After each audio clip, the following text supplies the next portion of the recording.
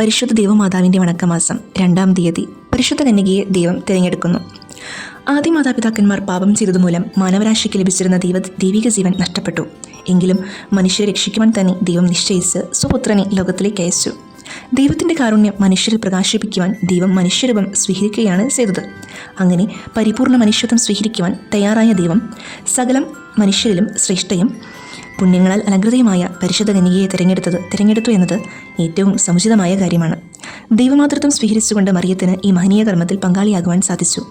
അന്ന് ജീവിച്ചിരുന്ന സകല യഹൂദ സ്ത്രീകളിലും വെച്ച് ശ്രേഷ്ഠയായ ഒരു സ്ത്രീയെ ദൈവമാതൃ സ്ഥാനത്തിനായി തിരഞ്ഞെടുക്കുകയല്ല ചെയ്തത്. ഈ വിധത്തിൽ നോക്കിയാൽ മറിയം തിരഞ്ഞെടുക്കപ്പെട്ട ദൈവമാതാവല്ലെന്ന് വരും. നിത്യകാലം മുതൽ മറിയത്തെ ദൈവം സ്വമാതാവായി തിരഞ്ഞെടുക്കുവാൻ നിശ്ചയിച്ചിരുന്നു. ദൈവം തൻ്റെ വഴികളിലൂടെ ആരംഭത്തിൽ യാതൊന്നും സൃഷ്ടിക്കുന്നതിന് മുൻപ് ആദിയിൽ എന്നെ സ്വായത്തമാക്കിയിരിക്കുന്നു. ഭൂമിയെല്ലാം സൃഷ്ടിക്കപ്പെടുന്നതിന് മുൻപ് അനാദിയിൽ ഞാൻ ക്രമപ്പെടുത്തപ്പെട്ടിരുന്നു എന്ന വിശുദ്ധ ഗ്രന്ഥഭാഗം മറിയത്തെ പരാമർശിക്കുന്നതായി തിരുസഭ പരിഗണിക്കുന്നു. പരിശുദ്ധ കന്യകയെപ്പോലെ നമ്മെ ഓരോരുത്തരെയും ദൈവം തിരഞ്ഞെടുത്തിട്ടുണ്ട്. ഇന്നത്തെ ലോകത്തിൽ ഒരു ദൗത്യം നിർവഹിക്കുവാനുണ്ട്. കുടുംബത്തിലും സമുദായത്തിലും രാഷ്ട്രത്തിലും നമ്മുടെ ദൗത്യ നിർവഹണം ആവശ്യമുണ്ട്. ഇതുമായി ബന്ധപ്പെട്ട ഒരു ചെറിയൊരു സംഭവം നമുക്ക് കേട്ടാലോ? ഫ്രാൻസിൽ ഒരു സംഘം വിദ്യാർത്ഥികൾ വിനോദയാത്ര നടത്തുകയായിരുന്നു. അവരോടൊപ്പം തീവണ്ടിയിൽ കയറിയ വൃദ്ധനായ ഒരു യാത്രക്കാരനെ അവർ ശ്രദ്ധിച്ചു. വൃദ്ധൻ കുറച്ചു സമയം കഴിഞ്ഞപ്പോൾ ജപമാലയെടുത്ത് ജപിച്ചുകൊണ്ട് പ്രാർത്ഥനാ നിമഗ്നനായി.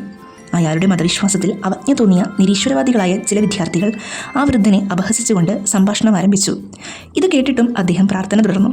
പിന്നീട് അയാളുടെ പ്രാർത്ഥന കഴിഞ്ഞപ്പോൾ മതവിശ്വാസത്തെ വ്രണപ്പെടുത്തുന്ന രീതിയിൽ പല കാര്യങ്ങളും വിദ്യാർത്ഥികൾ അദ്ദേഹത്തോട് ചോദിച്ചു. അവയ്ക്കെല്ലാം അദ്ദേഹം പ്രശാന്തനായി മറുപടി പറഞ്ഞു.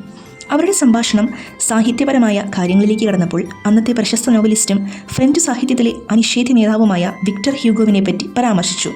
ഹ്യൂഗോവിനെക്കുറിച്ച് കൂടുതൽ അറിയുവാൻ താല്പര്യമുണ്ട് എന്ന കാര്യം അദ്ദേഹം വിദ്യാർത്ഥികളോട് പറഞ്ഞു. അവർ വിക്ടർ ഹ്യൂഗോയുടെ ഗുണഗണങ്ങൾ സവിസ്തരം പ്രതിപാദിച്ചു. യാത്ര അവസാനിച്ച് വിട ചോദിക്കവേ ആ വൃദ്ധൻ അവരോട് പറഞ്ഞു, വിക്ടർ ഹ്യൂഗോയെക്കുറിച്ച് ഒരു കാര്യം മാത്രം നിങ്ങൾ പറഞ്ഞില്ല. എന്താണത്? അവർ ചോദിച്ചു. അദ്ദേഹം ഒരു യഥാർത്ഥ മരിയ ഭക്തൻ കൂടിയാണ്. എന്താണതിന് തെളിവ്? നിങ്ങൾക്കത് എങ്ങനെ അറിയാം? വൃദ്ധൻ സുസ്മേരവദനായി ഇപ്രകാരം പ്രതികരിച്ചു. നിങ്ങൾ പ്രകീർത്തിച്ച വിക്ടർ ഹ്യൂഗോ ഞാൻ തന്നെയാണ്. നിങ്ങളുടെ മുൻപിൽ വെച്ച് കൊന്ത ജപിച്ച ഞാൻ വേറെ തെളിവ് നൽകണമോ? ആ വിശ്രുത സാഹിത്യകാരനോട് ക്ഷമാപണം ചെയ്തതിനു ശേഷമാണ് വിദ്യാർത്ഥികൾ അവിടെ നിന്നും പോയത്.